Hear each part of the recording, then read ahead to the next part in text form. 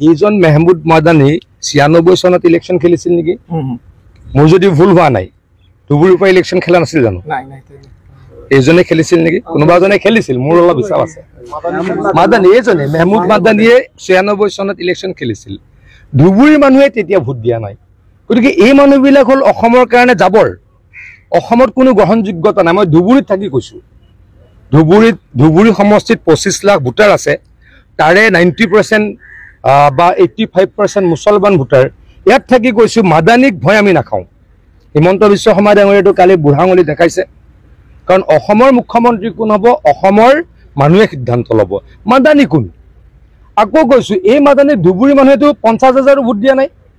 মই ৰাজনীতি কৰা ব্যক্তি সৰুৰ পৰা মই কথাবিলাক খবৰ ৰাখো মই জানো এজনে মেহমুদ মাদানী খবৰ ল'ব 96 চনত লোকসভাত ইলেকশ্যন খেলিছিল ধুবুৰীত ইলেকশ্যন খেলিছিলে আৰু 50,000 55,000 ভোট পাইছিলে গতিকে তেওঁ আমাৰ ইয়াত আমাৰ অসমত যি হৈ আছে অসমত বিষবাস্প দিল্লীত বহি থাকি কৰিব নালাগে উত্তৰ প্ৰদেশত বহি থাকি অসমত বিষবাস্প বিয়পাব নালাগে আৰু আকৌ কৈছো এনেকুৱা 100টা মাদানীয়ে হিমন্ত বিশ্ব শৰ্মা ডাঙৰীয়াক একো কৰিব নোৱাৰে কাৰণ অসমৰ ৰাইজ হিমন্ত বিশ্ব শৰ্মা ডাঙৰীয়াৰ লগত আছে আমি কোনো মানুহক অন্যায় কৰা নাই আমি কি কৰিছো যি অন্যায়ভাৱে কৰবাত বসতি লৈছে তাৰ বিৰুদ্ধে কৰিছো এইটো খোলাখুলি কথা এইটো দেখকে কৰিছো সকলোকে কৰিছো তাত আমি ধৰ্ম চোৱা নাই বৰ্ণাঞ্চল মানুহে দখল কৰিব নোৱাৰে পিজিআৰ দখল কৰিব নোৱাৰে গ্ৰেজুৱেলিটো ৰিহেবিলিটেশ্যন হৈ আছে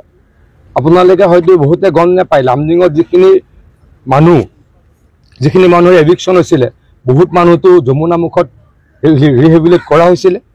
আমাৰ গৰুখুটিত যেতিয়া বহুত মানুহ এভিকশ্যন কৰা হৈছিলে তাৰ ওচৰৰ দলগাঁৱটো ৰিহেবিলিট কৰা হৈছিল এই কথাবিলাক কোনো নকয় এই কথাবিলাক নুলিয়াই গতিকে আমাৰ সিদ্ধান্তত আমি অটল যে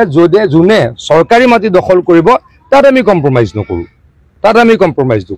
তাৰ লগে লগে এটা কথা কওঁ এনেকুৱা 100টা মাদানী 1000টা মাদানীয়ে হিমন্ত বিশ্ব শৰ্মা ডাঙৰীয়াক একো কৰিব নোৱাৰে আৰু যিমান কৰিবলৈ চেষ্টা কৰিব সিমান তেওঁলোকৰ বেয়া হ'ব এইজন মেহমুদ মাদানী 96 চনত ইলেকশ্যন খেলিছিল নেকি মোৰ যদি ভুল হোৱা নাই ধুবুৰীৰ পৰা ইলেকশ্যন খেলা নাছিল জানো এইজনে খেলিছিল নেকি কোনোবা এজনে খেলিছিল মোৰ অলপ বিশ্বাস আছে মাদানী এইজনে মেহমুদ মাদানীয়ে 96 চনত ইলেকশ্যন খেলিছিল ধুবুৰীৰ মানুহে তেতিয়া ভোট দিয়া নাই গতিকে এই মানুহবিলাক হ'ল অসমৰ কাৰণে যাবৰ অসমত কোনো গ্ৰহণযোগ্যতা নাই মই ধুবুৰীত থাকি কৈছো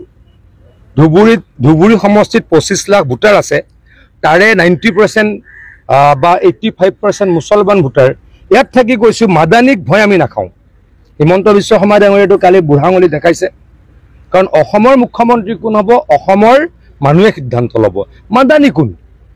আকৌ কৈছো এই মাদানী ধুবুৰী মানুহেতো 50,000 ভোট দিয়া নাই মই ৰাজনীতি কৰা ব্যক্তি